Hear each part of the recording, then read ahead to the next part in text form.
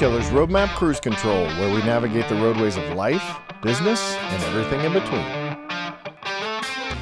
Hey guys, it's Kevin Davis from the Cruise Control Podcast, brought to you by Detailer's Roadmap. Today I'm here with Luke Howell. I'm going to read through his bio that he gave me because it is extensive and pretty cool.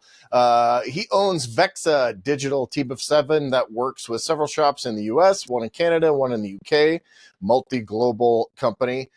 We have been in this space for over 4 years, and he helps detailers scale their businesses through paid marketing channels, helping them implement advanced sales systems to qualify, nurture, and manage leads. If you don't know what that means yet, we're going to tell you what that means. They work with shops around 10 that go anywhere from $10,000 a month all the way up to a couple $100,000 a month, which are big shops, big organizations. They also work with some e-com brands in and out of this industry. And he just says he loves all things marketing, ads, and helping others grow their businesses and to make a big impact in that arena and help change lives for the better, which is kind of what we're all here for, right? We use business, we use marketing to kind of help people better their lives and better their business. So, hey man, that's a long intro. I appreciate you taking the time to be here. Thanks so much. Absolutely. I appreciate you guys having me. Definitely looking forward to our conversation today. Yeah. So the big thing I always ask on this podcast, if you've listened to them, we always ask for either the industry detailing superhero backstory or just the superhero backstory, right? Everybody has kind of this, how the hell did we get here? Kind of backstory. So give me that, because I think it's really cool to learn more about, like, how'd you get here? Yeah, absolutely. So I probably have a little bit of a different background than probably a lot of people that you guys talk to. So I actually went to college for physical therapy, and I went to college for 6.5 years. I'm technically a doctor, so I'll push some people in our family, or if somebody's smart enough to me, I'll say, "Hey, that's Dr. Luke to you," just to mess with them. Nice. But that almost feels like another life at this point. So went to college, got my degree in physical therapy, did that for a few years, got the entrepreneur bug, got started, with kind of a few different little brands, getting my hands dirty in business. Eventually started a media company where we were doing videos. This was back in probably like 2018. I bought a drone, was doing aerial photography, videography. Ultimately, to kind of, make this long story short, we'd gotten into the media space, quickly realized, around 2019 that, hey, we were creating these assets for a lot of different brands. This wasn't really detailers back then. It was real estate, music festivals, all kind of stuff. Got even into weddings. But realized that people weren't monetizing these assets and that we had created, right, that were valuable for them. So lo and behold, sure enough, I get a Facebook ad one day that's like, hey, want to learn how to run Facebook ads, yada, yada, yada. Join in some of these programs, get started in that. Founded Vexa Digital back in 2019. When we first started, we were in several different industries, and we grew pretty quickly through some business networks that I was in that I'll talk about later that I think is critical for, detailing business owners. My network really helped me grow quickly. I was, working in like the pet industry space, selling dog food. I was working with fitness influencers. I was working with landscapers. And in that bunch, I had some detailers as well. Fast forward, loved what we were doing with the detailers, really resonated with those types of people. You and I know both kind of stereotypically, a lot of time the industry is men. Some of us maybe have some egos or just passionate or love, joking around and just being ourselves. No, there's absolutely no ego involved in the detailing industry whatsoever. Felt right at home, right? Not that, I guess back then I try to put that ego aside. I think ego is, a good thing to some degree. Obviously, right, when it gets out of control, but just had a lot of fun with the detailing guys. Really related to them, both personally, professionally. We were getting really great results for the clients we had at that time, and then ultimately for myself, for us to scale our business, it was a lot easier to really niche down and build a solid product deliverable in a specific niche versus being all over the place, kind of having our feet in 10 different industries. You can't really get that depth and really learn, the ins and outs and be able to just be as good. So yeah, we've been in this space, I would say exclusively for coming up, I guess 4 years at this point. We've seen a lot over the years. It's been fun. It's been cool to see the progression, see how the market changes, how the industry changes, consumer behavior changes. We've had, 2020, obviously we had COVID, 2021, 2022, we have big economic growth. Now we're seeing, 2023, we kind of have this economic downturn.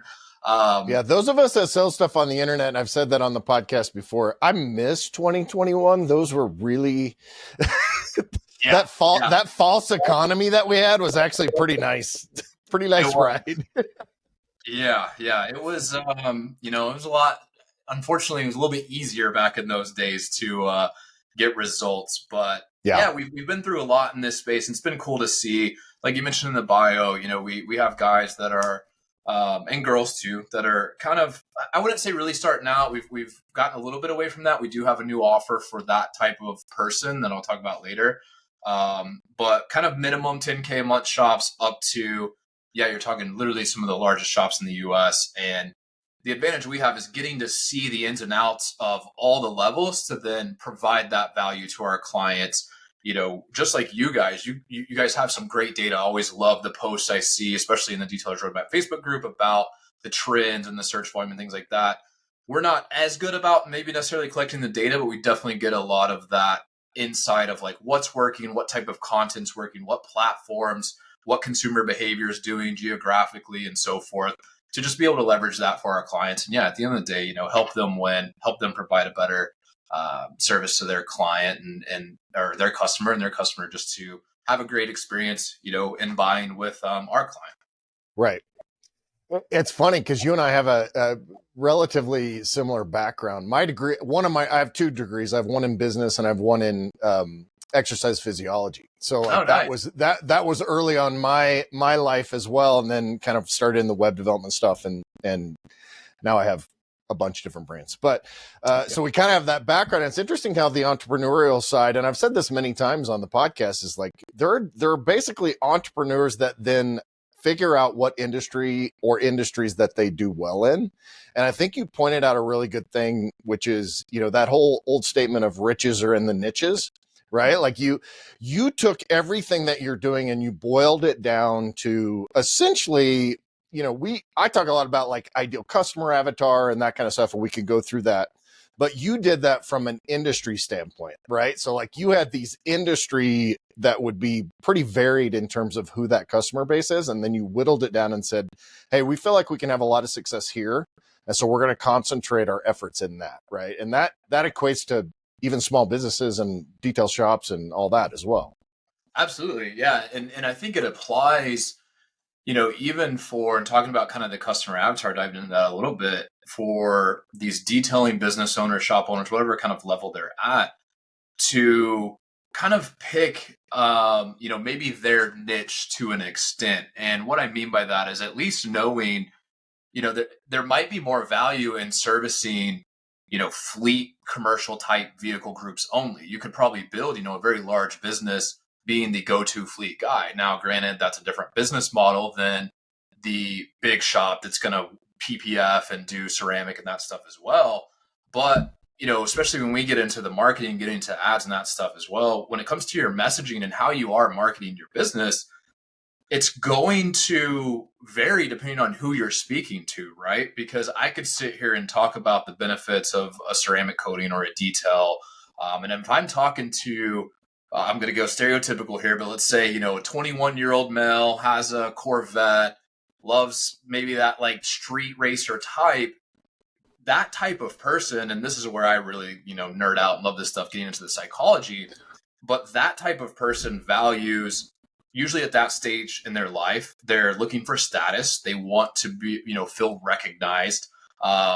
They want their car to look cool to get attention. They may want the exhaust, they may want all this other stuff. They want those aesthetics.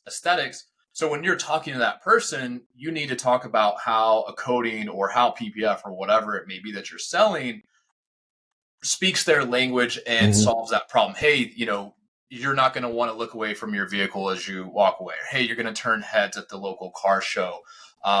Whatever that may be, right? It's going to look great when you're driving down the street. Whereas now you have, let's say, and again, I'm trying to stay general here, stereotype. Nobody yell. I mean, I'll just say, I've told my daughters forever, they give me a hard time. They call me the judgmental bastard, but stereotypes exist for a reason, right? Like, and from a marketing standpoint, and I do want to take a quick step back and then let you go into the next one, but we're talking about this concept of ideal customer avatar. Can you just explain that for those of us in the audience that may not know what that means? Because I think it's something we throw around and it's something you and I deal with every day, right? But like this may not be something that these guys are used to hearing. Absolutely. So yeah, ideal, customer avatar is, what is that persona of, that person that is going to buy from you? And there's usually groups, right? And again, when I say persona, even if we're defining that, it's like, what are the characteristics? What are the gender, maybe? What is, socioeconomic status? All of these types of variables that kind of meet these types of groups. And so again, when we kind of segment those out, examples could be, again, stereotyping, but like a 21-year-old male, right, drives a Corvette. Another example might be a 55-year-old male drives an F-150, loves having his stuff just nice, clean, and pristine. Another example might be a 35-year-old, mom of 2 kids who drives a Suburban, wants it clean on the, wants, it cares about the interior more, and kids spilling drinks and things like that. But it's important to identify that customer avatar, because with anything, and to really simplify business, right, it boils down to initially having a product or service that you're offering, and you want first product market fit, meaning if I'm trying to, this is probably the worst example, and we're just going to get all over the place. If I'm this is what came to my head, Kevin, and I know, this is our first time really chatting, but if I'm trying to sell pins to people who don't have hands, and yes, we're going there. There you go. I don't have good product market fit, right? Because people can't use this tool, or people can't use this service. So, when it comes to detailing, and again, and we could get in the weeds here, but like, what is it that you're selling, product service wise? Even taking that a bit deeper, why are people maybe buying this? What needs are you actually hitting? Which goes into some of the psychology, but without going too deep now, what are you selling? And then who are you selling that to? Because if you have a product, that's just step one. You have to go and sell, you have to make money, and you have to know how to then talk to that customer. And, if any of those pieces are not in line, like, you may be the example we always use is like, you may be the best detailer, the best polisher there is out there. But if nobody knows about you, or if you're not going and telling, the person that cares about that, or if you're telling again, we're using stereotypes here, but if you're telling a high school girl that you're the best detailer and polisher, like, she doesn't care. She probably can't pay for it. And it's like, it's falling on deaf ears. So you really want to identify, who your customers are. You want to be strategic about this. And this is where you can really maximize that. And when you get into any effort, whether that's ads, which, money is a resource now. If you're getting into organic and time is a resource, or energy, you're deploying these resources that all have a limited availability to an extent. You want to maximize where that effort and those dollars and those energy goes. That if, you're, what is it, like spraying and praying, or throwing crap against the wall and hoping something sticks, it's going to be ineffective, and you're going to, maybe burn out or just get frustrated, or the business may just not work because you're saying the wrong thing to the wrong people, and so forth. So yeah, to kind of tie all that up, just really getting an idea. And I always challenge people too, to sit there and really think on it. Something that I think our society, maybe it's because of cell phones, social media, distractions, all this stuff, we don't really do a good job of actually thinking and deep thinking and looking at who are all the avatars out there. Because even as I sit here and say, let's say the 35-year-old mom of 2, right? Some detailers may have never thought about that, nope. She wants, her kids are spilling their McDonald's or whatever. An interior coating would be very valuable to her, because now when they spill their drinks, it's hydrophobic. It's not going to, sink into the seats and whatever. That's a benefit and that's a value to her. But if you don't even see, like, if you're blind to even seeing that person in the marketplace, you're missing that. And your interior coating business to, let's say, the mom avatar, soccer mom avatar, could be a huge chunk of revenue, on your just annual sales. Yeah. And I think what I see in the detailing industry is that we tend to make we believe that the ideal customer avatar is other detailers. Like that's one of the biggest things. And honestly, like I go a little bit deeper on the avatar side of things, and I actually want people to go through an exercise like, what's their age? What do they do for a living? What's like, give them a name. Where do they shop for groceries? Because someone may shop at Whole Foods and someone may shop at, Walmart and have a different kind of, that defines them a little bit more, a little bit differently. But you can go through and get all of that information. And I do want to talk, let's delve into Chat GPT a little bit later and AI. But I've been deep in the weeds on Chat GPT for about 3 weeks because we're doing some on one of my other brands. I'm doing some stuff that requires this deep dive customer avatar stuff. Yeah. And so we fed it all these different prompts, and I actually had Chat GPT write me a 1,000 word diary entry at the end of the day describing frustrations, pains, wins, all of these different things. And it was in this particular context, but you could drive that and actually understand, have this thing spit out for you. What are the biggest frustrations that this 35-year-old soccer mom named Sally went through today with her kids? Like you said, we went through McDonald's drive-through. They shoved a bunch of French fries in the, seat, spilled their milkshake, whatever. And now my brand new, Denali has stained pink seats from the strawberry. I wish I would have had something to protect that or whatever. So absolutely. Yeah, no, it's important to know for sure. And ChatGPT, on that note, one thing and kind of even broadening this is we are in a society, in a world where things move so fast, and the business world, especially for these detailers, is becoming more and more cutthroat. There's let's take ceramic coating for example. I'll try to stay off tangents and soapboxes, but do it, man. I'm totally fine with tangents and soapboxes. I'm good. If we look at the market as a whole, there's lower barrier of entry into offering that service, and you'll hear guys complain, right? Oh, there's people selling coatings for $400, $500. Maybe that's people listening here, and other people are trying to sell it for $1,500. Obviously, that's a whole different topic in itself, where you got to educate the customer on why and the value and whatnot. But knowing again who you're talking to, because you need to know how to communicate effectively to put that in the lens where they do understand why you're $1,500 and not $500. And what I'm getting at with this is tools like ChatGPT and some of this other stuff can kind of help you do some of that if you're not used to it, or knowing how to use ChatGPT versus your competitor or not can give you an edge. There's all these tools, there's all these things that it is highly, highly competitive. As a quick tangent or side note, the content space is insanely competitive now as well.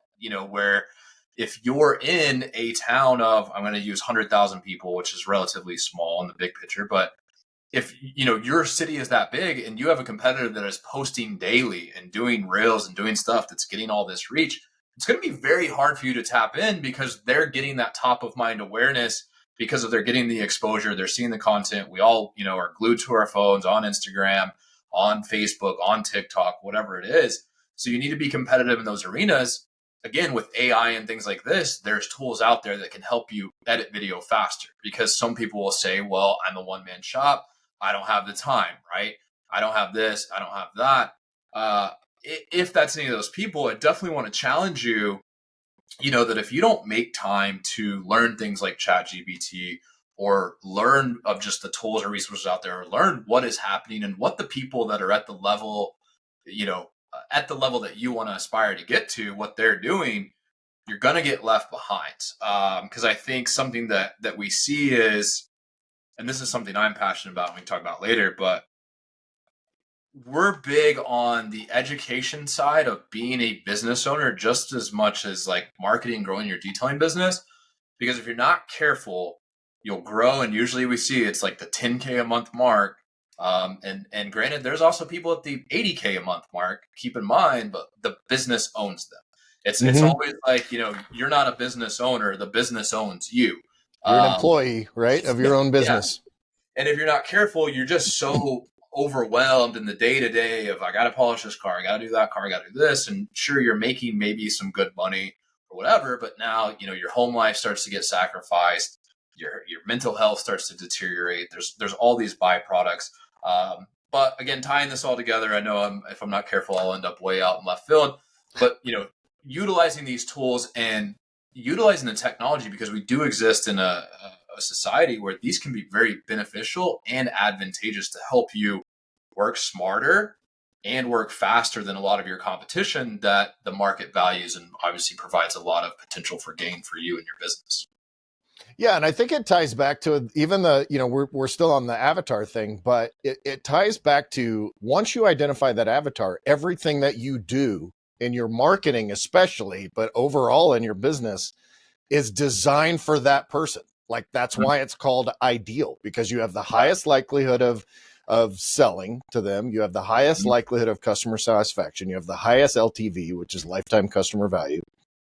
Like once you figure that out, like everything else becomes simple. Because one of the things I've seen, and I started doing business vehicle videos on the Detailers Helper side back in 2013, and I was the only one doing it at that time. And pretty much I stopped doing it because other people took over and did a better job, and I kind of wanted to do other things.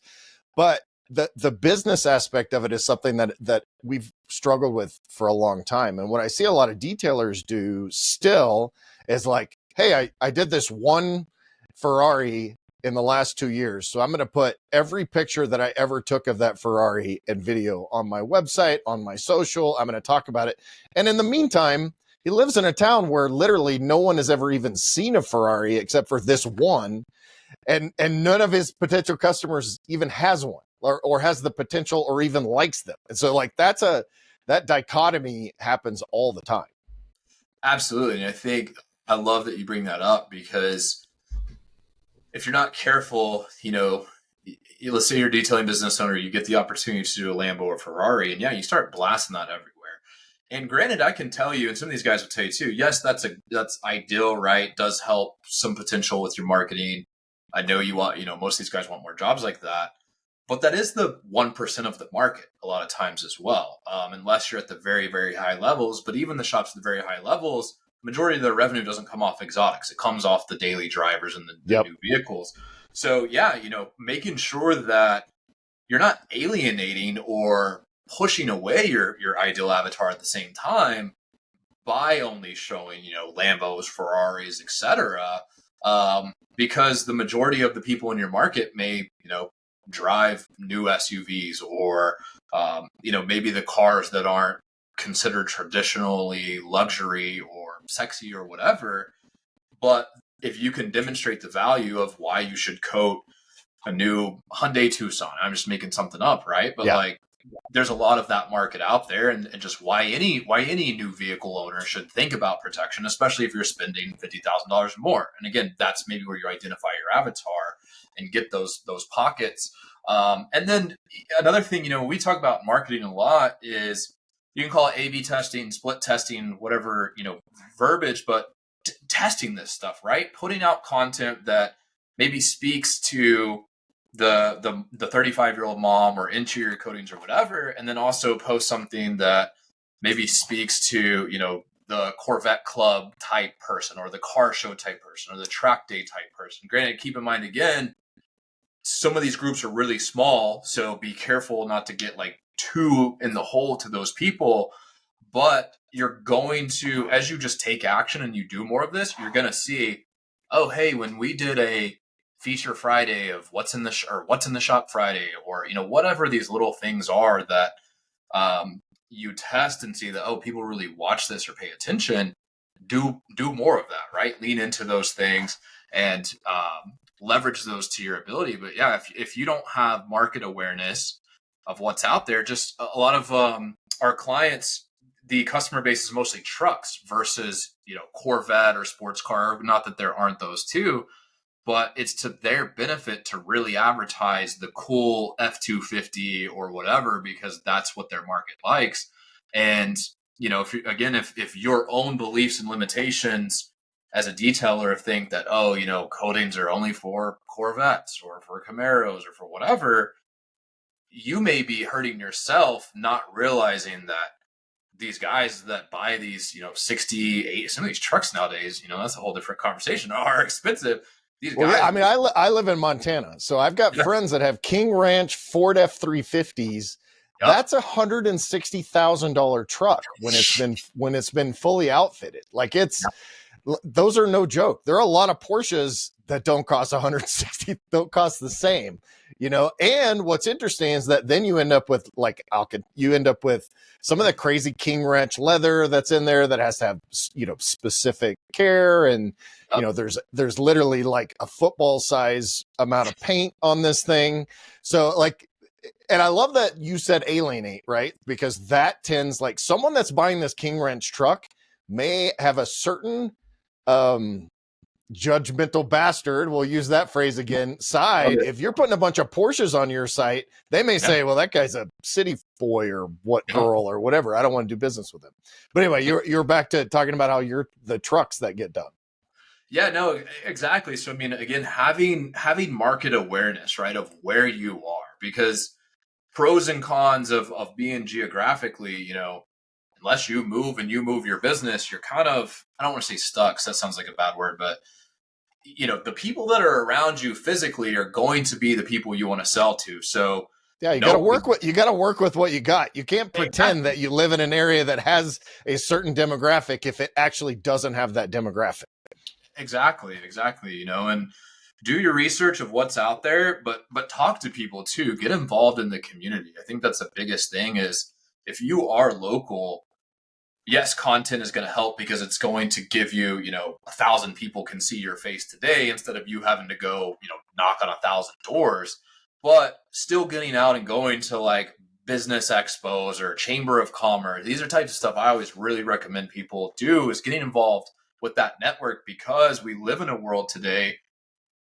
This is kind of a separate topic, but where your personal brand carries a lot of weight, and a lot of these guys and our shop owners, they know it, if they're local and all these other business owners know Luke, right? If I have my own detailing business, they might sales business, people will know, like, and trust you, kind of foundational type stuff there. If they know me or they like me, they're much more willing to bring their vehicles to me or inquire, about what I'm offering or want to support me than some random guy they don't know that they've never seen out in the community.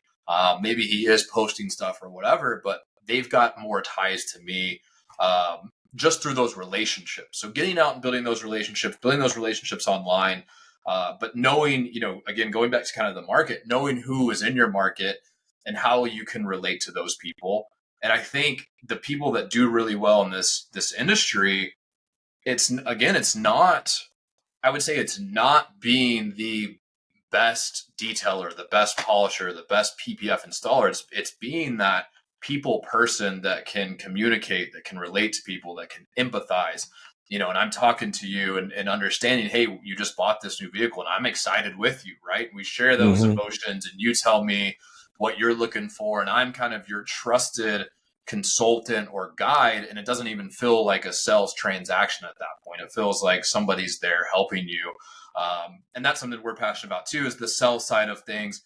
But to kind of just wrap that up a little bit of knowing that market, getting involved, getting to know those people, and then build those relationships, because that alone can go so far. And then ads and all the stuff, that we love is just icing on the cake at that point. Yeah, because business is not successful. Businesses are not transactional. Successful businesses, and I actually have, this whole defining success and how you define success. You pointed at it a little bit earlier. I've mentioned it a ton on this podcast and in other stuff that I've done. But it's like, how do you define success? If you define success by how much money you make, you're literally never make enough. And so, like, that's, being able to be home with your family and build a strong business and not have the business control you and all those things, but then develop relationships within your own community that also it helps because it's edifying for your own person. Like you build relationships which are, help build you up, but it has a secondary effect of helping you to build a successful business. Cause then you're talking to realtors, and maybe you go to Rotary Club and do a talk about how to properly take care of your, very expensive vehicle that you bought, or Chamber of Commerce. And there are speaking opportunities at those things too, which we were laughing yesterday because there was something we were watching that they had to do a public speaking thing, and people actually fear public speaking more than they fear death. This episode is brought to you by Detailer's Roadmap. Hey, spoiler alert, that's us. We all know you need a kick-ass website in order to be successful with your business. The good news is, at Detailer's Roadmap, kick-ass websites, that's kind of what we do. With the latest performance, designs, and SEO strategies, Detailer's Roadmap is your one-stop shop to be successful on the web. And don't forget, we have the best support team in the industry. Whether you're an existing partner looking to improve your lead generation, or you need a brand new website, Detailer's Roadmap is here to help you be successful on the web. So go to detailersroadmap.com/success and get started today. That's detailersroadmap.com/SUCCESS. So they'd rather get killed on the stage than have to stand on the stage and speak. That's what's so, but it gives you those opportunities, right? And so I think that networking site is great.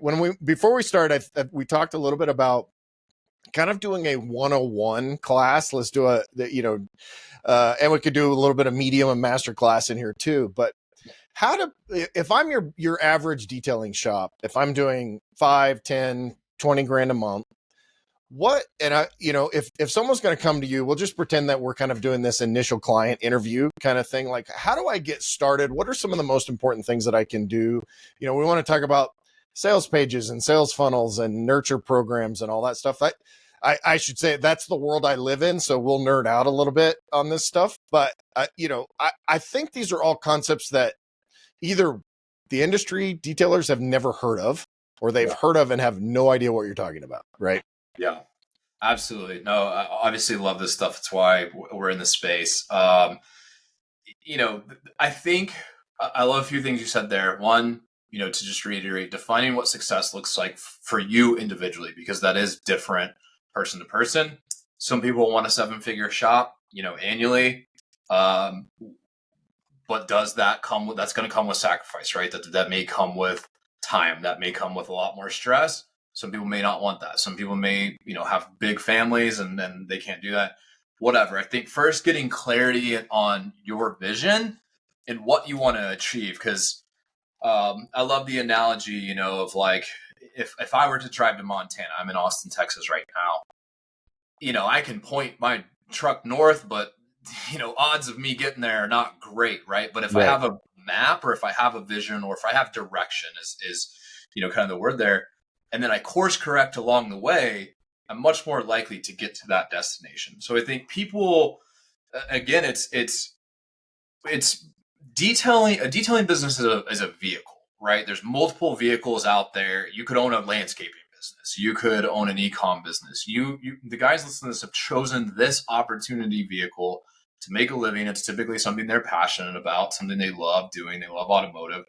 And so it's, how do we build this vehicle and get it to then serve us in our lifestyle and the things that we ultimately want? I think, we're all human and we have similar desires, freedom of time, maybe freedom of money, again, success, right? Achievement. What does that look like? So before you even get into, the reason I talk about that is before you even really get into all of this other stuff, I think the mindset and getting some of that stuff nailed down first is important. Otherwise, all of this other stuff, it may not align, it needs to align with our values, it needs to align with our direction. But getting then into kind of the marketing.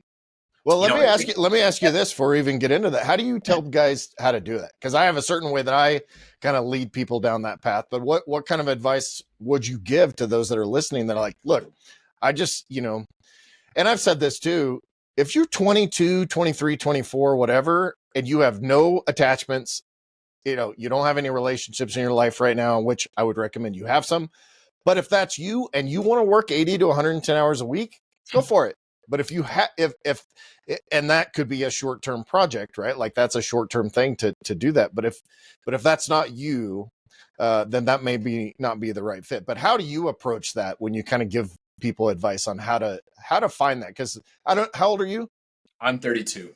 Okay, so you're half my age. My kids are 26, not half my age. I just turned 51.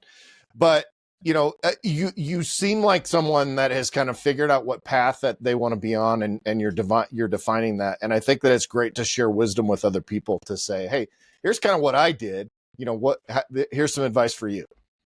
Absolutely. Yeah. So I think the biggest thing that people can do, or one of the biggest things, is going to be to always, and some of this is going to sound cliche, right, and corny. I don't mean it to be that way, but it's true. It's investing in yourself and investing in your skill sets. But aside from that, asking again, like I mentioned earlier, I don't think people spend enough time actually thinking. They're so worried about what's going on in Israel or whatever, right? And that's a sensitive subject. It's just there's so many distractions. You could easily get distracted right now if you wanted to. I've got a monitor right here. If something popped up, I could disengage from this. Yeah, if I forget to put this on do not disturb, then I'm going to really have a problem concentrating on what you're saying, because it'll be bling, bling, bling. And that's like, it's that external focus. We are very externally focused now. Exactly. So I think, one, trying to disconnect and hopefully hear this and think on this, right? Like, what do I want? And this can go deep. Like, what do I want out of life? Why do I want to even own a detailing business in the first place? What am I trying to accomplish? And then, look at what is needed to build that. Because again, some people may not even think to this level. I always love to challenge people's thoughts, beliefs, etc. And I love people doing the same to me, and love people that think big. I think I'm jumping around here a bit, but environment, I think, is a big piece of this. And if you're someone who you've gotten, I would say, maybe that ambitious bug, where, hey, like, I'm excited about this. And you guys know, the people you've listened to, I know when I first started this company and we've started other companies, it's like you can't go to bed at night, and you've got, that optimism that of course can fade when life inevitably kicks you to the ground. But like, it's exciting, and you're working for yourself, or you're kind of, doing that thing. Finding that of what lights you up, what can you build with that? But then taking the time to really identify, all right, what is this going to be? Because again, if you're not careful, people leave the 9 to 5. The joke is, right, I left my 9 to 5, so now I can work 5 to 9 for myself. And then if they're not careful, they get burned out, they get depressed, their relationships suffer, and it's like, hey, this wasn't all sunshine and rainbows like I thought it was going to be. Talking about a business for a minute, the whole goal of a business, and I think this gets lost sometimes, but a business is designed to be an asset, right? You and I know this. Like, the ideal situation is you own a detailing business that has, let's say, a shop manager that has a ceramic installer, a film installer, a tint installer, if that's what you want, right? Again, this is why you identify what you want first. And that business, let's say, does $50K a month, and after payroll, rent, all of that is $25K. That may be, great margin, but you've got $25K now profit. And if you want to pay yourself $10K a month, $5K a month, and keep it in the business, that's a whole different conversation. But your time is not directly tied to that income. And when it comes to creating, freedom or actual wealth, you have to start thinking differently than the rest of the population, because I'm trying not to go on so many soapboxes, but like, the average American person doesn't think this way, right? If you think like everybody else, if you act like everybody else, if you're drinking with your buddies every single weekend and not working or building, like, you're not going to get the different outcome or what you're wanting. So the message isn't for everybody, right? It's taking that time. What do you want? Getting that ambition, and then knowing that, like, hey, it's some of this internal talk of like, it's go time. This is what's going to be required of me. This is what I need to learn. This is what I'm committing to. But you've got to have that deep, I think, why is what some of this boils down to, right? Because if the motive is, hey, I want to start a detailing business to look cool to my friends on social media or to impress a girl or something, like, as soon as things get hard, that's not going to carry you through those challenges, right? Because those challenges are inevitably going to come. It's, hey, no, I want more time at home with my family. And if that means I've got to work 12 hours a day right now, I'm going to, but this is where I'm trying to get to, or this is what I want to do. But coming back to your question, on that advice, I think kind of from a sequential standpoint, like you mentioned, I think it's great. Kind of identifying success, what that looks like for you, why this is your opportunity vehicle. Why are you picking, let's say, the quote unquote detailing industry? And then now starting to do the market analysis. Who are the avatars here? What are our products and services that we can offer? And what are the needs? Because again, these industries evolve all the time. And the more, I guess, outside the box, or the more, that's probably not the right term, but the better you can kind of start seeing opportunities or understanding how the world works, you're going to position yourself over your competition to capture some of that opportunities. Because especially guys that are local, again, like I mentioned earlier, it is cutthroat. And if like Kevin, if and I are both in Montana or both in Austin, and we both have detailing businesses, there is value in collaboration. I don't want to discredit that by any means. I think I actually love collaboration over competition, but in local markets, especially, it is cutthroat. I need to be the better me every single day, because that's going to show up in my business. And I think there's a lot of personal development that comes with business. I think, the people that, I think that's a big differentiator in separating the guys that build the big businesses versus the smaller, is constantly investing in themselves personally, professionally, learning skills. Because again, you may be a heck of a polisher, but if you don't know how to be a leader, if you don't know how to manage a team, if you don't know how to hire and fire, if you don't know how to keep your books, there's all these things, unfortunately, that could send you out of business faster than you got into business. And so it's identifying these things. And then there's a lot, right? We haven't even got into like right. this and that, but hopefully some of this stuff is either new information or, a bit of kind of a wake up call to people on this. Because once you can get all of that, I guess let's kind of, I would say that's like the beginning, right? Like the 0 to 10K a month, or getting in that position where, okay, you've got something going, it's relatively sustainable, you're still in it, working it, but you've got that. Once you get, kind of to that element, then this is where, and why I love marketing, we can kind of start nerding on marketing. Once you have good product market fit, or you have like proven, deliverable, a lot of it comes down now to marketing. Granted, there's the operational piece, which, how do we, if we scale, from 10 coding jobs to 50 coding jobs a month, that through marketing, we've got to be able to fulfill those, right? Or we're going to go under. But once you have that product market fit, this is where it gets fun. And I love marketing because there really are no rules. And, there's all kinds. Super Bowl commercials are a great example. You'll see some outrageous stuff. You'll see some funny stuff. At the end of the day, it's all marketing. And these brands are getting you to engage with their brand, to elicit a feeling, to see the value in what it is that they offer.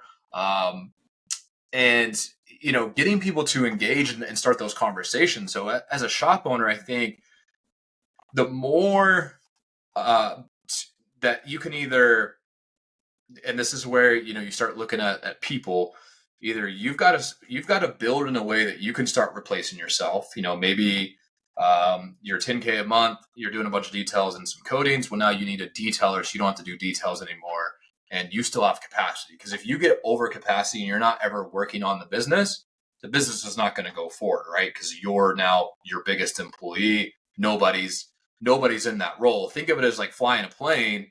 If you're flying the plane, and all of a sudden now you're sitting in the coach or whatever inside the plane, well, nobody's flying the plane. So how do you expect the plane to get to, 50K a month if this is your vehicle or whatever? But yeah, I guess, figuring those processes out, this is where technology, AI, all of this stuff, you want to start getting familiar with. This episode is brought to you by Detailer's Roadmap. Hey, spoiler alert, that's us.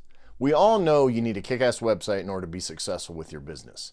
The good news is at Detailers Roadmap, kick-ass websites, that's kind of what we do. With the latest performance, designs, and SEO strategies, Detailers Roadmap is your one-stop shop to be successful on the web. And don't forget, we have the best support team in the industry. Whether you're an existing partner looking to improve your lead generation or you need a brand new website, Detailers Roadmap is here to help you be successful on the web. So go to detailersroadmap.com/success and get started today. That's detailersroadmap.com/SUCCESS.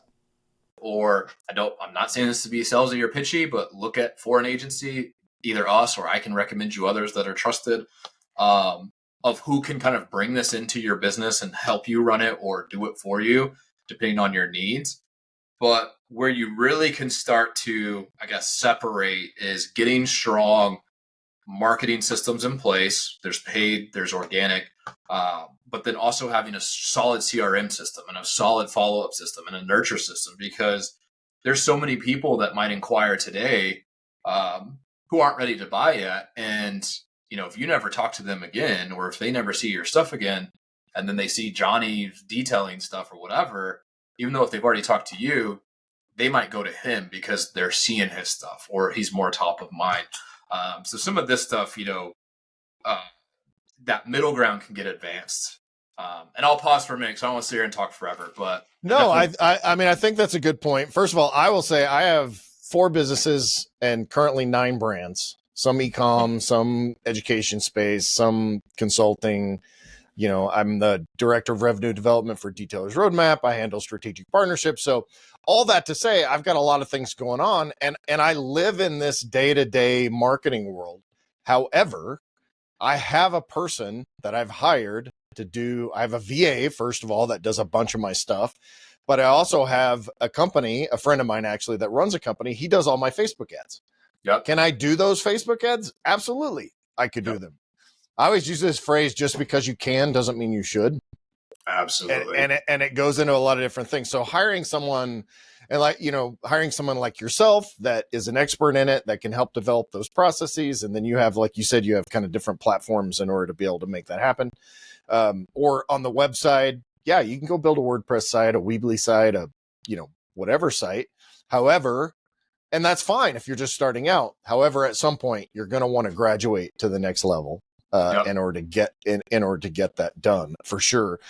I'm wondering if it would make sense for us to really take the audience through what we would do, right? Like, so it's like, all right, so we have a paid ad that drives you to a lead page / sales page, which then puts you to a sales funnel, which then puts you into a nurture campaign. Then you have, quote unquote, abandoned cart stuff if you're in the e-commerce site. Like, I think these are concepts that most people don't really understand. So can you kind of give everybody the one-on-one on what that would actually look like? So yeah, ceramic coating's an easy one, right? So like, I want to drive more leads for ceramic coatings. I have a great website. I've got some content on my Facebook. I have an established Facebook business page or Instagram or whatever those things are. What does that process look like for most people? Absolutely. No, I love this. So I want to start by first saying I'm an quote unquote ads guy, right? I'm a marketer. Hopefully, I know there's stereotypes around that, which unfortunately are mostly negative. Hopefully that's not you guys' perception of me and can bring some value here. But the one thing I will, I just want to say something on that point. Like, I will see something that is absolutely ridiculous from a societal standpoint, but I will say the fact that the marketing team has pulled this off, and this will be an unpopular opinion, but the Cybertruck is a great example to me. Yes. I think I'm a car guy. I've been a car guy since I was like 10 years old. I think that's one of the ugliest vehicles that have ever been made.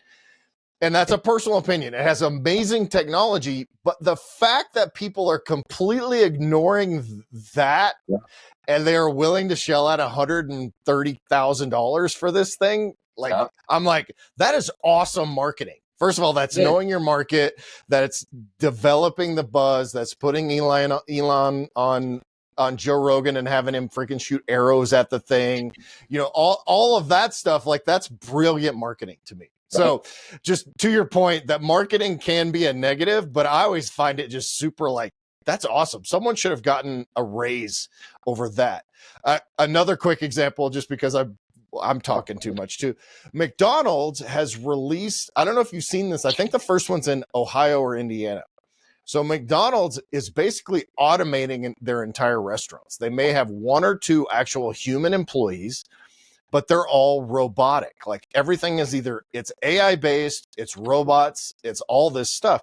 So rather than make that a negative, the fact that robots are taking over, they are branding these as science fiction space-based restaurants.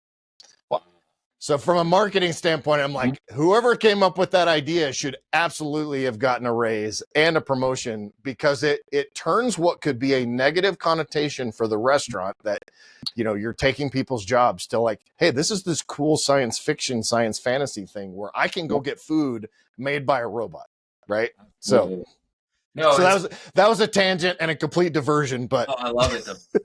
And now I've gotta talk on that briefly, and then we'll go. I think though, for people listening, this is a key thing for you to think about or understand is like marketing alters perception, right? And that's not good or bad. It just is. When you are marketing your service, you're putting it through a frame or a lens that you want that person receiving that message to see. Like we talked about earlier, if you're talking to that, mother of two, you want to speak to that. If you're talking to a 21-year-old guy, you want to deliver in those frames and those lenses.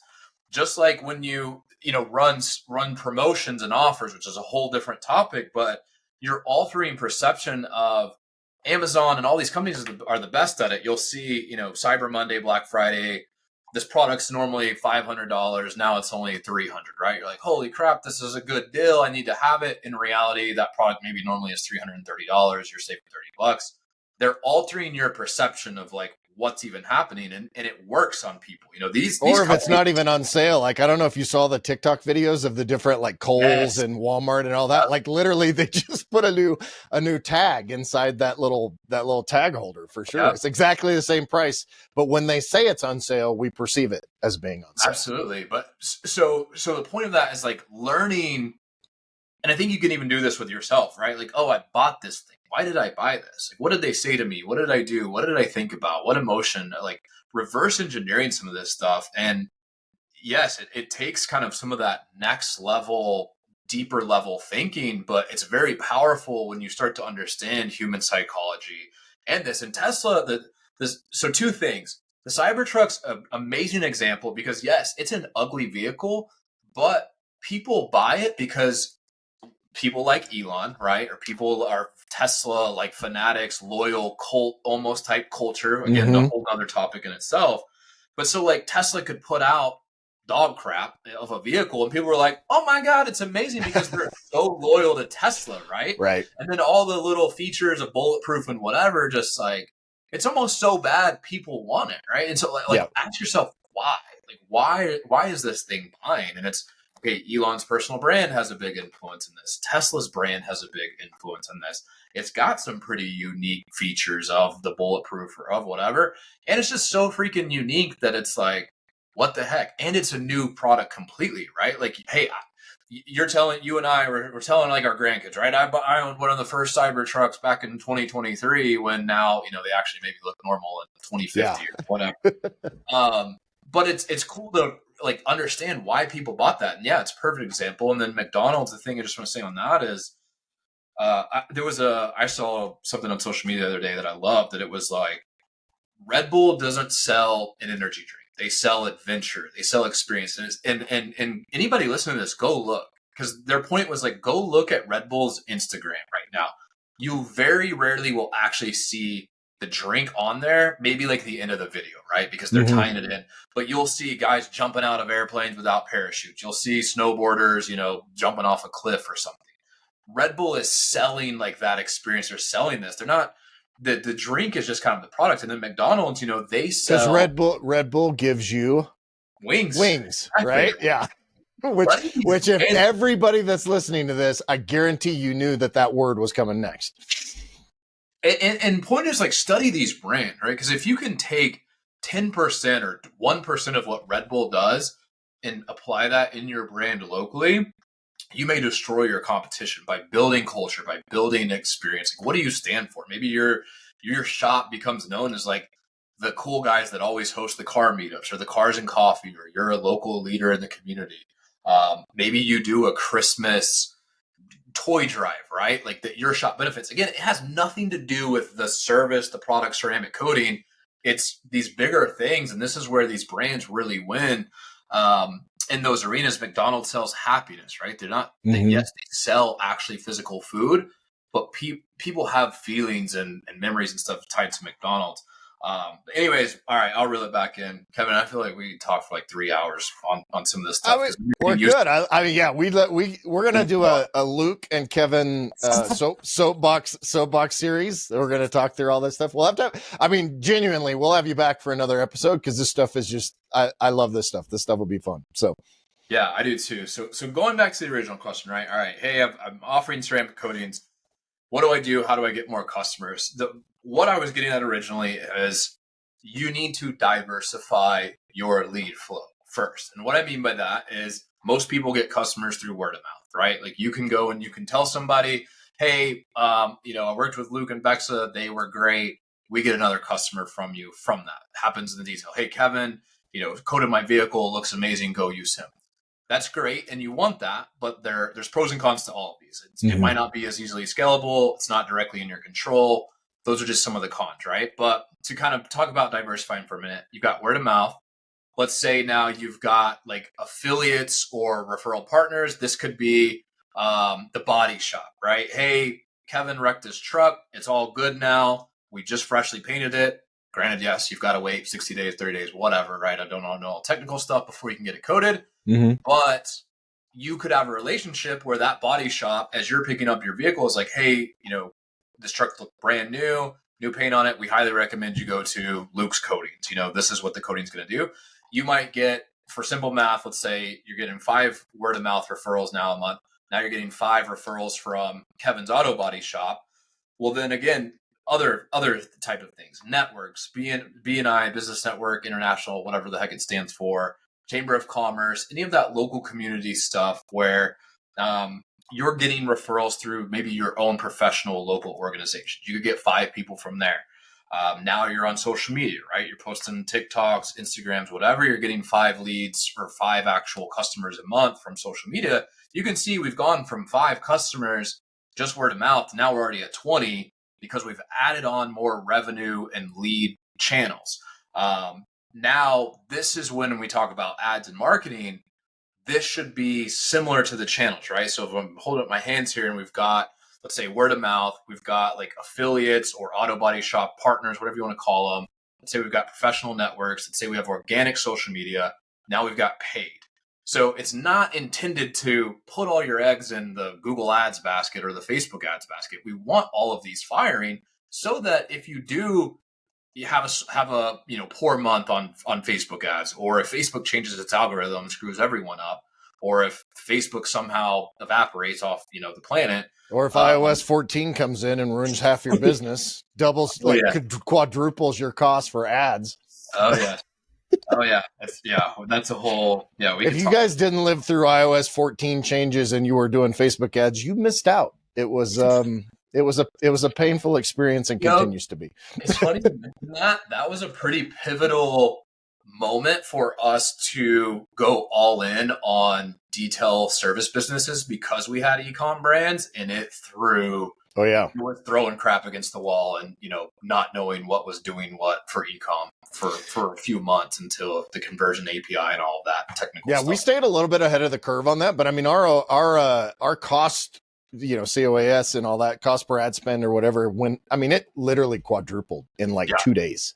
Yep. And so if it was costing $2 to make a sale, it was then $8 a sale, which is, and we're talking about a $20 product. So like if your leads were costing $100 in order to get a coating lead, and then it went to $400 for that coating lead. Well, if you're selling $400 coatings, you're screwed. So yeah. But so that's the diversification makes a huge difference, because then that gives you an opportunity to say, look, I've got these other 4 networks. I need a couple of months while we figure out what the heck to do. And hopefully you stay ahead of the curve. And that's why you hire people like yourself, because you are testing and we all knew it was coming. We just didn't really know what to do about it, 100%. Exactly. But that's why they need people that does that. Well, and just like, and seeing that coming, like right now, real world, right? I don't know when this is going to officially air. It's December.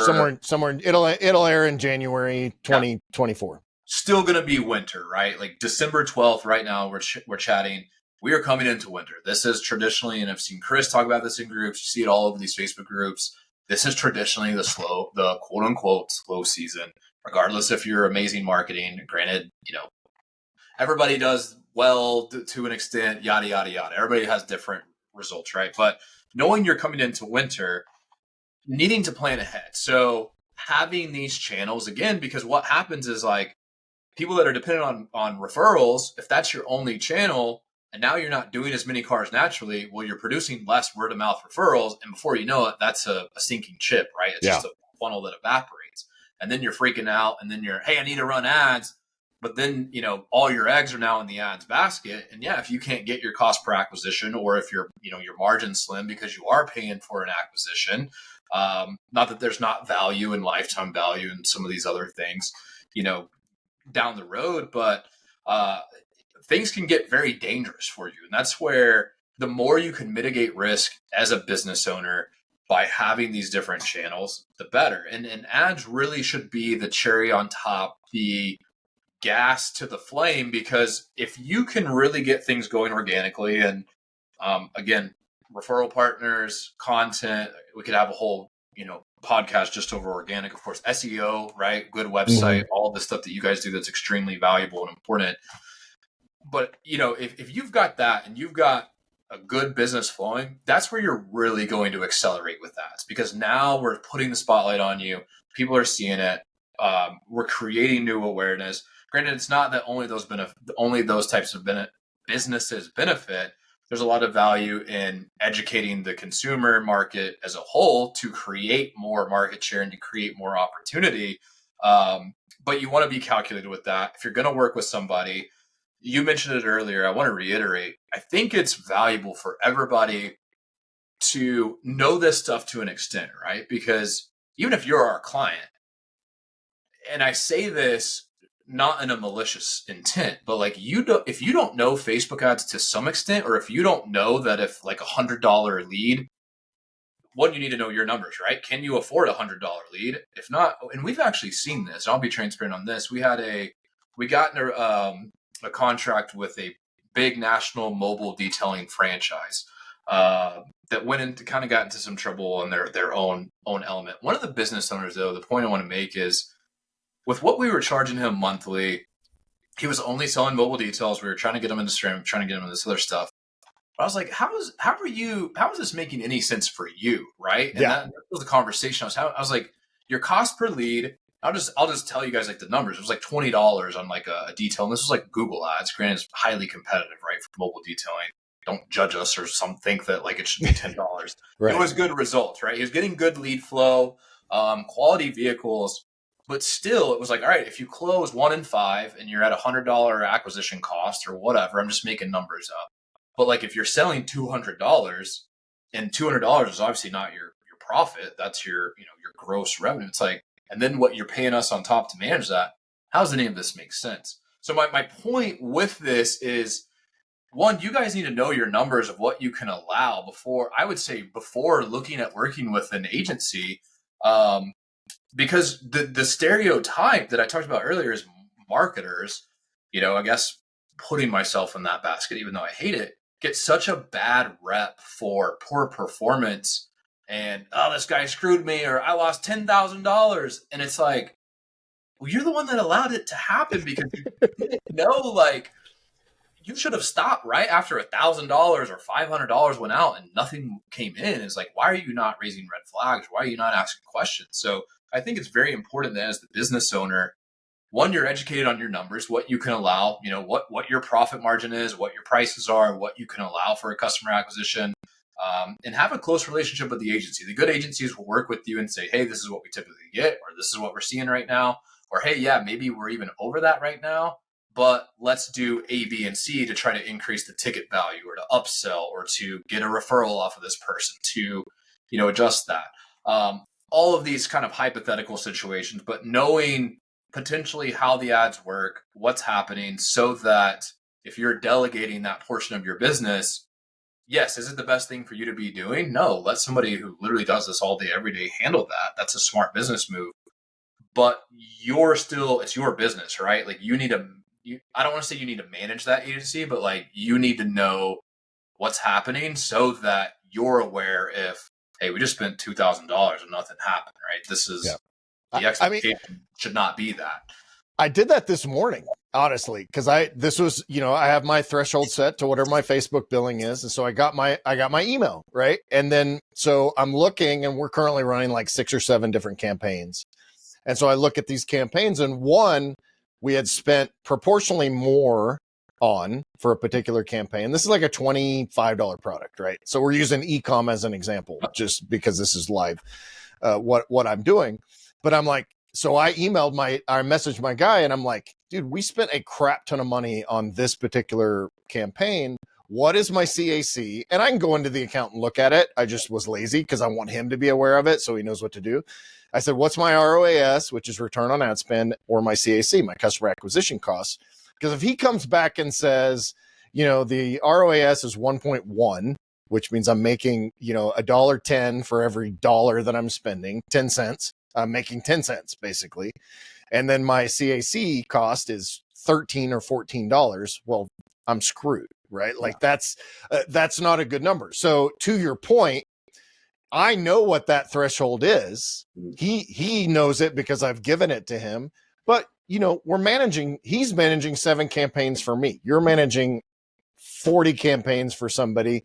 And so you, as a business owner, as someone that's paying a vendor, you have to really know what those numbers are and what those thresholds are, for sure. Absolutely. And you want to we do monthly reports just within our business, right? Like you want to know, here's the numbers, right? Because in business, you need to know your numbers. And then we can discuss those numbers and, hey, what was good? Well, like maybe ceramic, like we crushed it. Our lead cost was great, but PPF was getting up there. Granted, you want to make sure the agency, they know their numbers, and the good ones will, right? Like we know if we see something climbing, we're like, hey, turn this off. We need to pivot internally, and we'll communicate that. Communication is another big one. One of the biggest things I hear if people look at hiring an agency is like, well, I haven't heard from them in 3 days, or I called them, or like this is running, or I haven't heard back. That's horrible, guys. If you're delegating something, again, it would be like your employee that you have. If you go ask them to detail a vehicle at a customer's house, right, a mobile detailer, and then he doesn't respond to you for 3 days, it's like, did you do it? What have you been doing? Right. That's reason, right? Like, I mean, there's an expectation. They might not get back to you immediately, but having those open communications, building those relationships, you want I would say a partner when it comes to that aspect of your business. Because you also know the trends. That's important to know too. Like my sales, we did like 80% more during Black Friday week. Our Cyber Monday surprisingly actually sucked, but then the week after also sucked. And so I can say, hey, and I know what the trends are. I know what's happening. But someone say, look, my November was this, my December is looking like this. And you can say, yeah, well, we've looked over all of our trends. And oh, by the way, a lot of consumers right now are concerned because this earnings report came out, or this is happening with the economy, or this job report, or mortgage rates are 2% higher, all of that stuff, because that may not be stuff that we as business owners are intimately aware of, but but the agency or the person we're hiring can tell us to make us, give us that perspective. Exactly. And that's the advantage. I don't want to get pitchy on this, but like an agency, the reputable ones are going to have insights that should benefit you, right? Where you can learn from what they're seeing with other shops. And again, I know Chris, posted not long ago at the time of this, but hey, ceramic search nationwide was down 25% or whatever. It's like, oh, well, no wonder like our cost per lead is a little bit higher, or that we've got 25% less inquiries through Google Ads because the search is down 25%. So like there's real metrics. Granted, as the marketer, as the agency, I'm aggressive, right? I think we're all competitive. How do we offset this? How do we create an offer that still gets people to buy in a down market or in the winter or whatever. You want people that are on your team and help you brainstorm on that. That's what we do with our clients, again, different lenses and whatnot. But, going back to knowing the numbers and knowing what's happening so that you can keep a pulse on what's going on, you can ensure that they're making decisions, in your best interest. You can hold them accountable. And when done well, this is something what I will iterate here that I think paid offers that none of the other channels do, if we're talking about organic, for paid, whatever, is it can be highly, highly scalable. And I love that you talked about ecom. We'll talk about ecom for a second, because I still run ecom for a few brands in the automotive industry and the product industry.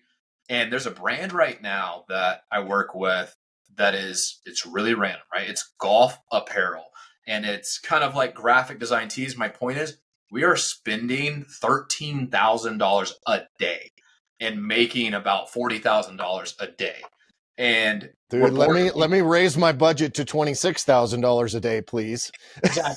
Granted, operationally, it breaks, right? We've held right. it. Yeah. At some point, you can't make them and ship them, but yeah.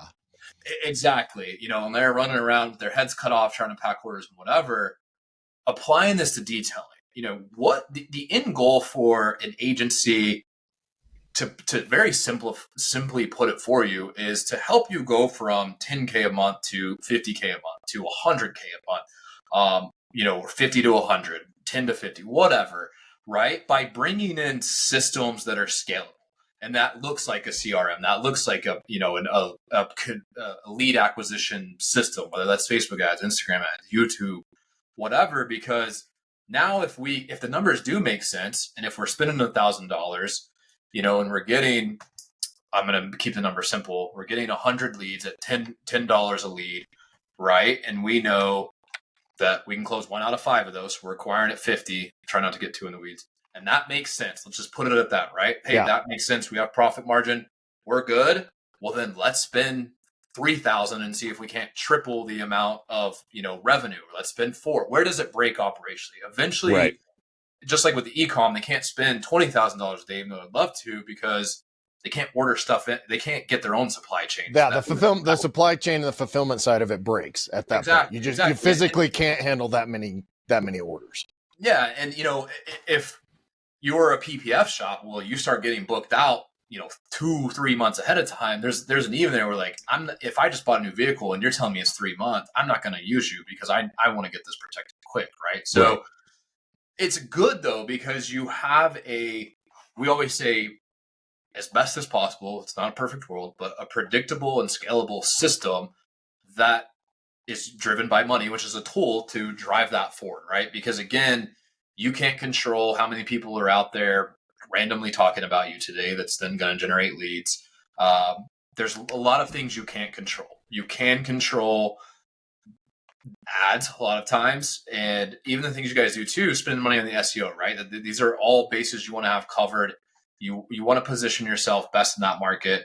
But if you can build these systems correctly, it can be a gold mine, because this is how you can go. And we've done this, and other agencies have done it too. So this isn't like a brag, but that's what's super exciting and fulfilling for us is, the 10K a month shop that gets to 50K, 55K, and goes from, maybe he was doing 10K part-time or full-time by himself. Now he has a team of 4, right? Or the 50K shop that wants to break 7 figures annually, and we help them get there. Looking at the products and stuff, and again, the numbers, and making all that make sense. But it's definitely very powerful when you can get these systems in place. But you need to, I think, you as the business owner, you need to be highly intelligent. I know that sounds almost like a unintelligent statement, but so that it is your business, right? You need to know what's going on, what kind of things need to be in place to get you there, and when is the right time to invest in some of this stuff. And I'll hit on that in a minute, because it may not make sense. There was a shop that we talked to recently. They were mobile detailing. The guy was working part-time as a realtor. They're getting their site built with you guys right now, obviously very common, but they're rebranding entirely and wanting to build this whole new brand. And they were talking about ads, and honestly, we kind of steered them away from ads, with what we cost, with the acquisition numbers, we're in the middle of winter, right? There's a lot of potential risk if it's a new brand. There's no social proof. There's no reviews. There's all this stuff. Not that ads again can't be valuable. Maybe somebody else who can do it cheaper. Maybe they can learn Facebook ads themselves on YouTube, or enough to get by, right? Not at the caliber maybe that we can provide, but enough to get by, to get more of that and position themselves to where then somebody like us and the tools or the assets we provide will help them. But for you and your business, if you're strapped on capital, I see guys do this, it's like, unfortunately, some of these, and again, I identify with them, unfortunately, some of these marketers are really good at sales. And I can convince you, Kevin, to give me your last $1,000. And I'm sitting here promising you, 20 ceramic coating jobs or whatever. And, you're praying and you've got this false confidence in me. And I'm just good at persuasion and sales. And next thing you know, I stink, or I delegate it to somebody in China, to actually run your account. And then you're screwed. So I would say not to throw your last pennies at ads as a last ditch effort. I think it tells a bigger picture on, if you're slow organically, that there's other things that also need to be addressed. Like, those other channels need more solidification. You need more of those channels. You need more brand recognition. You need to go have conversations with people. Trade your time in those instances, $4 Go shoot content. If you're slow this week, you should be in front of a camera every waking hour that you're not working on a car. Absolutely, yeah, and yeah. I mean, right? If you're not busy, use your time wisely. Create content. Go. Knock doors, or not knock doors, but like go to dealerships. Go to talk to some of these people. Because Grant Cardone, Menard. Well, I'll compare Grant to Grant. But he talks about sending handwritten letters to previous customers and also neighbors of previous customers. Like, there's all these organic ways that you can use this time. And I just started I did a video the other day for Details Roadmap for one of our content things, which is, it's not necessarily a slow time, it's a challenging time, right? Like, this is, and there's just different challenges to meet. But I like the way you put it, that money is a resource and time is a resource. So those of us that have less capital, less money as a resource, we typically will have more time as a resource, and therefore use that resource appropriately. And if it's slow in your shop, it shouldn't be slow in your shop. Like, you need to go get busy doing things that will make it, like, January, February, March, start to then trend upwards. Absolutely. And I think too, in this time of year, this is where, the challenging seasons for all of us, it's where you grow. It's how you get better. There's pressure. This is where I would encourage people to, again, spend some time thinking, because the more you can differentiate from even your competitors, where a ceramic coating, because if we talk about turn into a commodity, right? Well, Kevin can do a ceramic coating and Luke can do a ceramic coating. One's 1,500 and one's 500. If the customer doesn't know why there's differences, they're probably going to go to the 500. But so you want to decommoditize your business. Mm-hmm. You can do that with different offers, how you package things together. But one of the things I love, and I think I'll say this for everybody listening, I think there is a offer or deliverable out there in this industry that is yet to be captured that will unload just cash flow. And what I mean by that is, it's either like, hey, it's a new vehicle package and it includes, and you're going to look at an offer stack, right? But it's like, it's a full front PPF, it's a 5-year coating, it's a maintenance wash, once a quarter for the next 3 years or whatever. And it's $7,000 up front, or it's, it might be expensive. It needs to make sense. But if you guys don't, a lot of people may not know Alex Hermosi. I'm sure you listen to him. Some Kevin are familiar with him. He did this in the gym space, and he was an agent owner as well. And the way they cash flowed, they basically changed like the entire gym membership model. And for everybody out there, I'm always thinking about this personally, but it's like, all right, what is out there of, at the end of the day, what are we selling, right? Primarily vehicle protection. Let's get away from coatings. Let's get away from PPF. Obviously, those are the tools and the products we're using to get the end result, which is vehicle protection. But how can we make that more attractive to the consumer? How can we make it more friendly? One thing I would say, and this is something we always talk about to keep in mind, and what everybody keep this in mind is the three things that consumers value most are speed, convenience, and results. And Amazon is the perfect example of this. Speed, they were the first ones to do like the 2-day delivery, which now sounds like a long time, right? If we don't have it tomorrow, we're pissed, or we want. Well, and in some markets you can get it in an hour. I don't live in one of those markets, but in Austin, you can probably have whatever you get. You could probably have that either at a locker or at your house in a couple of hours at the most. It's crazy. We can. And so the point of this, right? Speed, convenience, result. Take these three principles because these are highly valuable things, regardless of what industry. And how can you leverage that in your business? So speed in your sales conversations, if you have availability to try to get customers in faster or, to help them in some sort of fast. Again, if you just bought a new vehicle and you want PPF, if you're booked out really far on PPF, that is enough to steer that customer away. Convenience, this is one of the things that, again, I think this industry really gets hurt on is, well, if I got to drive 30 minutes across town, drop my car off, and then have my fiance come pick me up or then Uber home, and then I got to Uber back 2 days later, like that's a pain in the butt.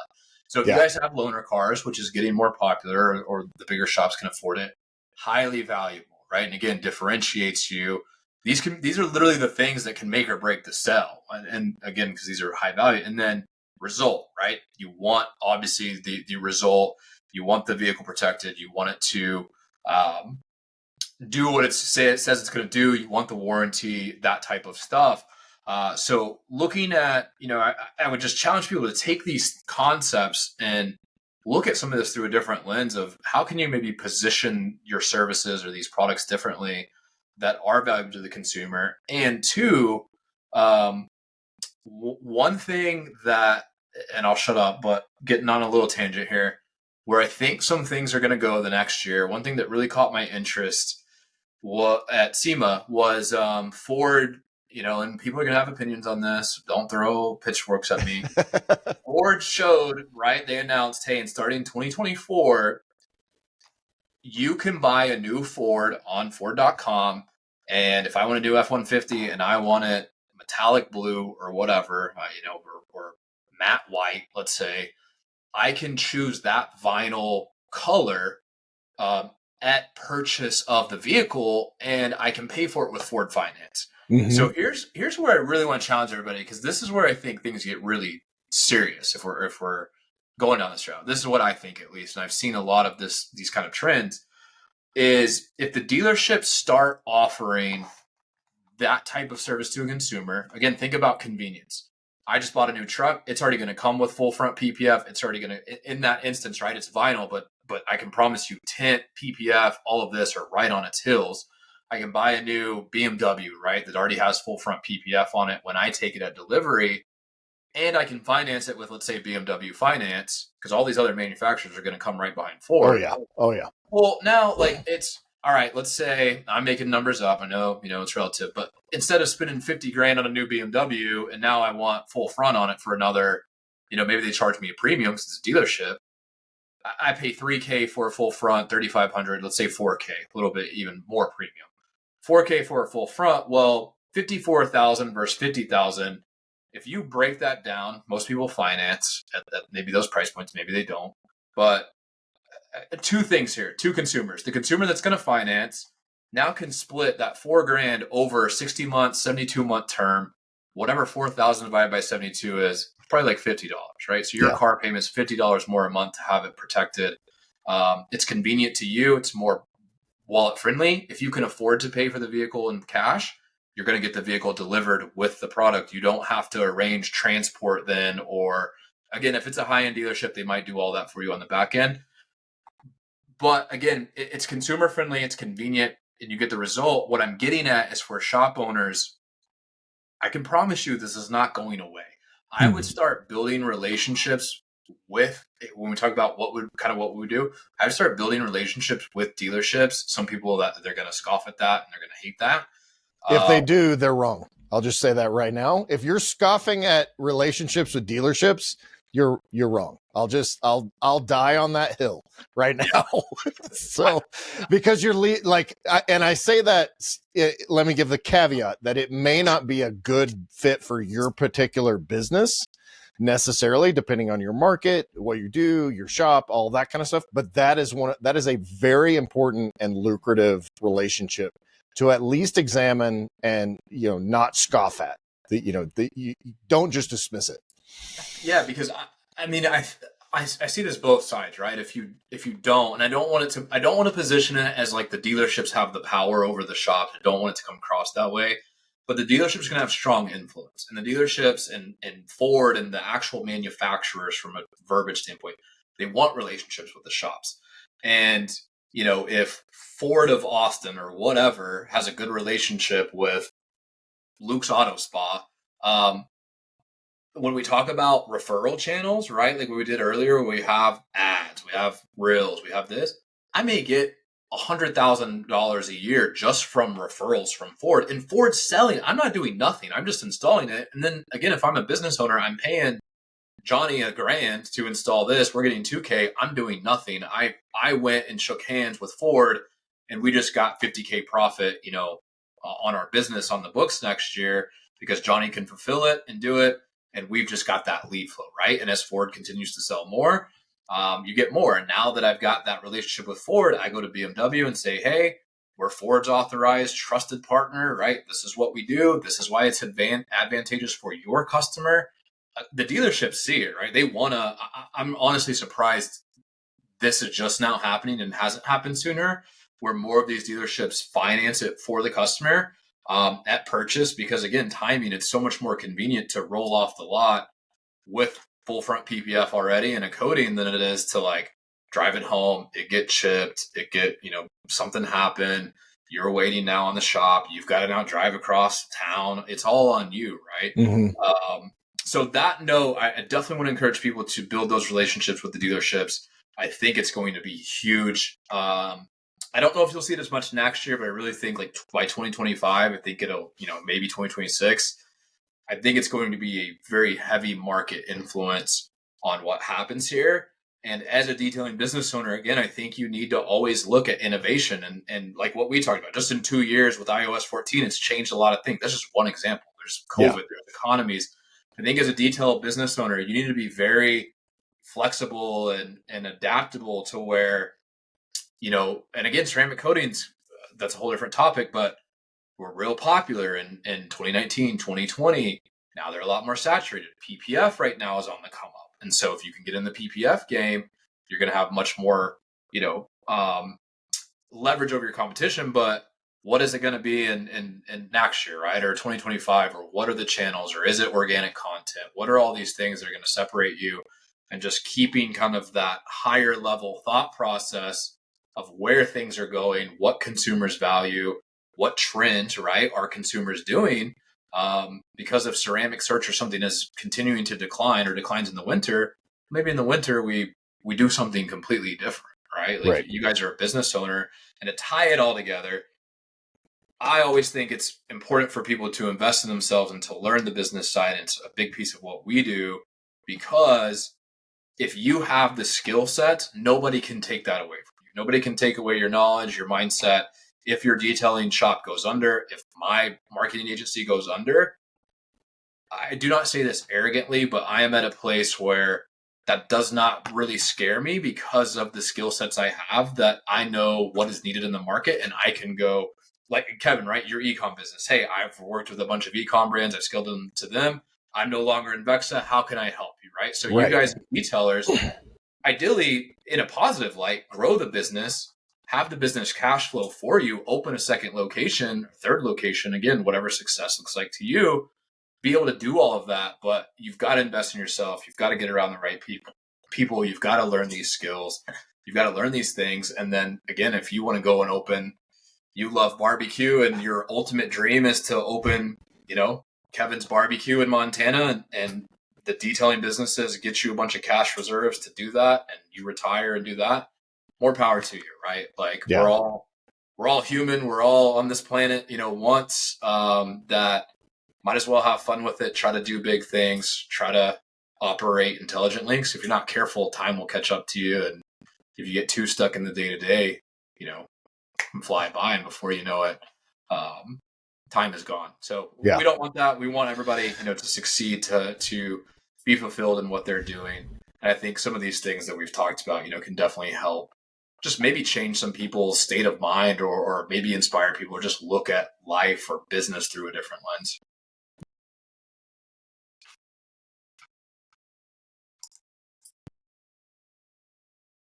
Yeah, 100%. I think I still have you. You froze up a little bit. There we go. Sorry, Kevin. I don't know. Yeah. Yeah, we froze up for a second. But to your point, I think that speaks back to, be a business owner, be someone, because then if you're good at business, and I've said this forever, I don't really care if my first business after I ran health clubs was I opened a web development company. I was definitely not the best web developer out there, but I was one of the better business owners that happened to be in the web development space. So I sold a crap ton of web development. Yep. I'm not the best. I was never the best detailer when I had a full-time detail shop, but I could sell the crap out of detailing, aviation, automotive, marine, all that stuff. And so and then I went into other things, right? So I take my business acumen that I've learned, and whether it's detailing or real estate or e-com or barbecue or whatever it is, those skills that you learn with sales, marketing, business operations, those can transfer. And again, figure out what you want to do. I do want to say a couple of things. I want to say, first of all, there's a down, keep in mind when you're talking about dealership, and this isn't, dude, you're breaking the internet with this information with Ford. I love that, because keep in mind, if these are things that are sent from the factory, not every vehicle is going to be able to do that at the factory. And the ones that do, there could be issues with it. So the ones with issues have to be fixed by someone. Yep. And the ones that don't, the F&I guys are going to be all over that in order to sell those on the back end and still wrap them into financing, because Ford's still going to finance them. Yep. because the finance guys are there to sell it. So if you start to develop these relationships over the next 6 months, 12 months, 18 months, then you get to be the go-to person, the go-to shop when customers begin to ask for it, because that's what drives the market. When customers start asking for that, when it's like, well, hey, Bob ordered his F-250 with full front PPF, protection or whatever. I didn't. How do I get that now? Oh, great. Well, we happen to partner with a local shop that does a great job. It's $5,700. That's what they finance in. You charge the dealership $3,500 or $2,500, whatever that number is. It doesn't matter as long as it fits your numbers. Yep. And then everybody wins, and you have developed a relationship that, like you said, could bring in 100,000, 200,000 extra a year, depending on what your model is. Yeah. And I think that's outstanding in order to know. And I did want to say, all the detailing business owners that are listening to this, stop going to Facebook groups and YouTube channels about detailing, and go to Facebook groups about sales, marketing, and business operations. If you don't know who Alex Hermosi is, you really need to start looking in and seeing, looking at his content and figure that out. If you don't know who Gary Vee is, if you don't know who any of these channels are, make sure you're looking at those and those groups, and follow these groups to learn more about this, because I think it makes you a better detailer for sure. Lost you again. That was good stuff. I don't know if you hear me.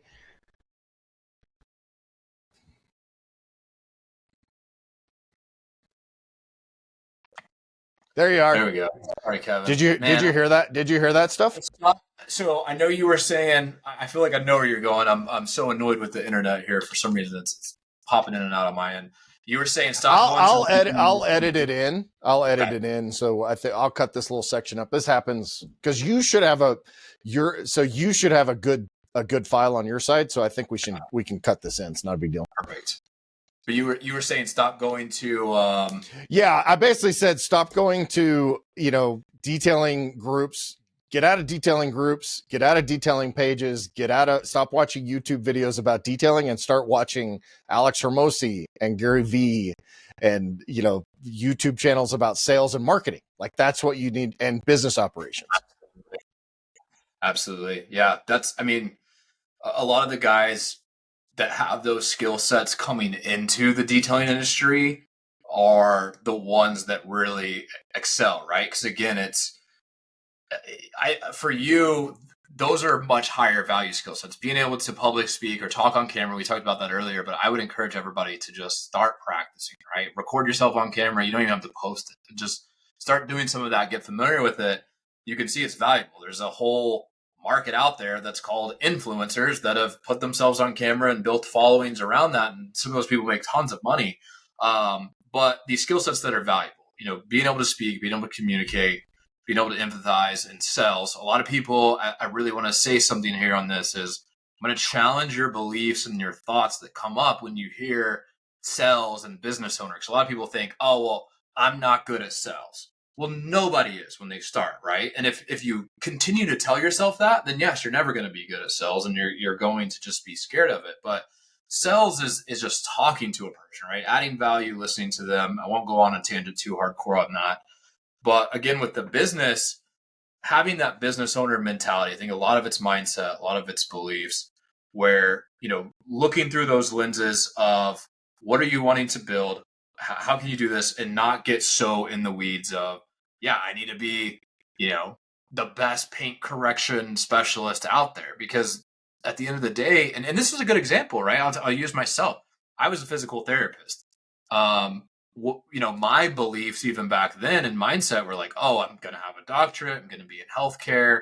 Like I've got this prestigious job, right? Well, reality is, and I'll be careful here because I don't want this again to come off the wrong way, but there were other opportunity vehicles as soon as I learned the skill sets of marketing, of ads and things like that quickly replaced my income with that and opened up so many more doors. And my point is learning these skill sets, learning, how to do some of these things can make a drastic difference in where you can take the business, and will destroy the people who are just good at detailing or who are good at paint correction or coatings or that type of stuff, because you're a much higher level operator and can run laps around these people. Sorry this quality. I see it like freezing on your end, Kevin. No, you're good. You're good. I think we got it. I mean, I think that that's valuable. So I think that's probably a good place to land the plane for this episode. We could come back and do more one-on-one stuff. I mean, you and I could we could literally have a Rogan 3-hour podcast on this stuff. Right. I think so. I know. But no, I mean, to your point, be a better business owner than you are whatever it is that business is in.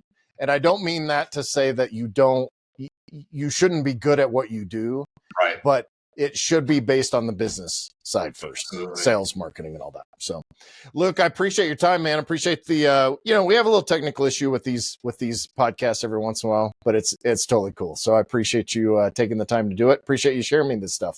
Definitely. Yeah. I appreciate you guys having me. And we got to get another one on the books in the future for sure. And have a little part 2 here. Definitely been a great time, Kevin. And thanks for everything. Yeah. So how do people find you? Let's don't forget that. So if they want to explore more, learn more about what you guys got going on, where do they go? Yeah, absolutely. So on probably Instagram is best. So at Luke J. Howell is my personal Instagram, and then Vexa Digital is our company. You guys can find us vexadigital.com, Vexa Digital on Instagram, YouTube, pretty much any social media channel. Definitely connect with us and just say, hey, we're not going to be the type that tries to sell you. I promise we don't want to come across that way. We're very cognizant of our reputation, but we've got a lot of cool stuff coming in early 2024 with some programs, with some education stuff on this, where we've partnered with, large 7-figure shop owners to bring some of this education piece in so that we can bring our expertise in marketing, sales. Those guys can bring the operation side, right? I have not built a 7-figure detailing shop. These guys have. I've built a lot of things through paid marketing and channels. We're really excited to provide that value and teach a lot more this next year. So we've got a lot of resources. Anything we can do to help you guys, definitely say hey to us on social media. Would love to connect with you there. Awesome. Well, thanks so much, Luke. I hope you have a great rest of your day. All right, you too, Kevin. We'll see you. All right, see you next time. Head over to detailersroadmap.com and get your one-stop success solution today.